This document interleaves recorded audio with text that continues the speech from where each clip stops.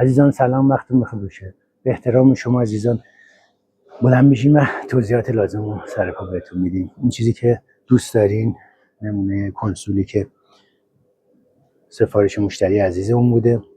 دقتی که روی لبه های کار که روکش چوب بلوط هستش توجه کنید، این موجا همش برای چوبای طبیعیه. پایه ها چوب راشه و خودش رنگ بندی و سایز بندی مختلفی میتونه داشته باشه. بالا کشو، یک کشو بالا داره و یعنی دو کشو بالا و پایینش هم جادار. اینو به عنوان جا کفشی سفارش داده شده، ولی شما میتونین به عنوان کنسول یا حتی به رنگ بندی های مختلف، به دستگیری مختلف از ما بخواین. و نمونه میستیویش که ستشه، کار فوق العاده زیبا و قشنگی هم در اومده.